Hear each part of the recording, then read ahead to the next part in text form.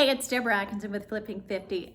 Are you feeling like you're a little bit more rounded at the shoulders and the upper back than you'd like to be? You catch yourself passing a mirror or a window and you realize you're doing this. You're not backing down and sitting nice and tall like there's a string lifting you up here.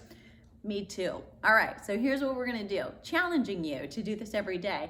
If not once every day, multiple times every day. But listen, if yesterday and all last week you didn't do it any times, doing it once a day is 100% improvement. You're already winning, all right? So here's what we're gonna do. I'm gonna use a little piece of architecture right here.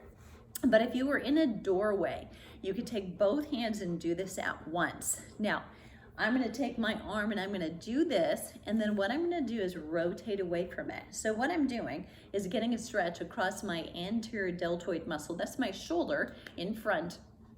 And my pectoralis major and minor are also going to get a stretch because we're going to move things just a little bit.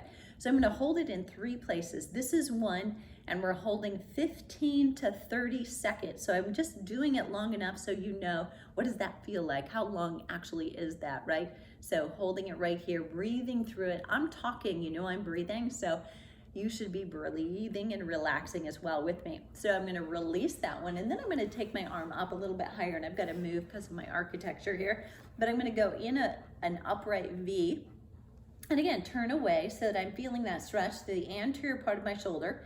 Pectoralis major and minor are under here, and I'm just getting a stretch. And I'm just giving that 10% point beyond the point where I first feel the stretch. So it's still safe. You're not overdoing. And if you feel a little bit vulnerable at your shoulders, what you can do is shorten that lever and just go here instead, and then here, and then here, all right? So a little fewer joints in the whole play means you're less vulnerable, you've got more control, but either way will do, you just decide. So again, I'm gonna rotate in and away from this one, so I'm feeling the stretch across the front of my shoulder and through the pectoralis major and minor muscles.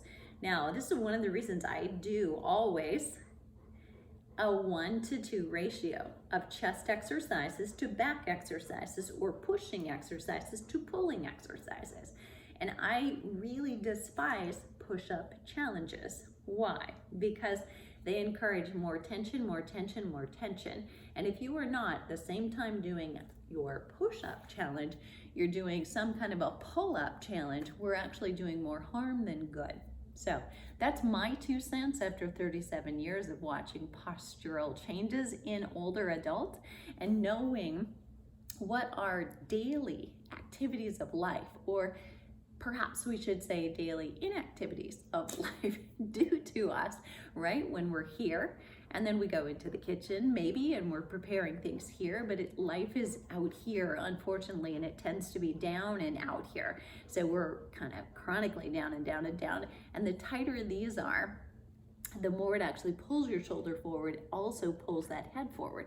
So if you suffer from neck tension and upper back tension, yes, we need to release the upper back and the neck muscles, but we also need to release this. This is a great start. Here's another little tip.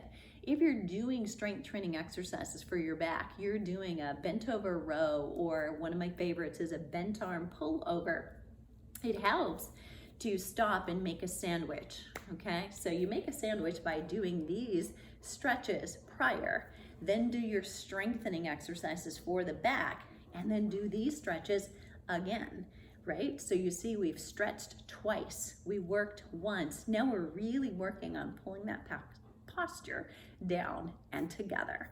Let me know if that was helpful, and let me know if that's you, and let me know if you're committing. Say, I'm in, all right? And take a picture of yourself and just take a snapshot mentally of what am I feeling like right now? And do I feel like I'm more closed up and I don't have the posture that I used to have? And then think about it 2 weeks from now and 4 weeks from now. How much better do you feel because you've done that simple little releasing it, feeling that openness that you have, and you can maintain that in everything you do. I'm about to go jump in the swimming pool, as I'm swimming, I still don't want to close up, even though that's a forward motion. I'm going to be thinking long, right? And shoulders back and down, no matter what it is. Doing your yoga poses, doing your Pilates, sitting at your desk and your computer. Focus on having that kind of posture and that openness across the front of the chest, so you have the width and the breadth in order to do the work here instead of doing the work here. Sound good? I'll see you on the flip side. Let me know below if that was helpful.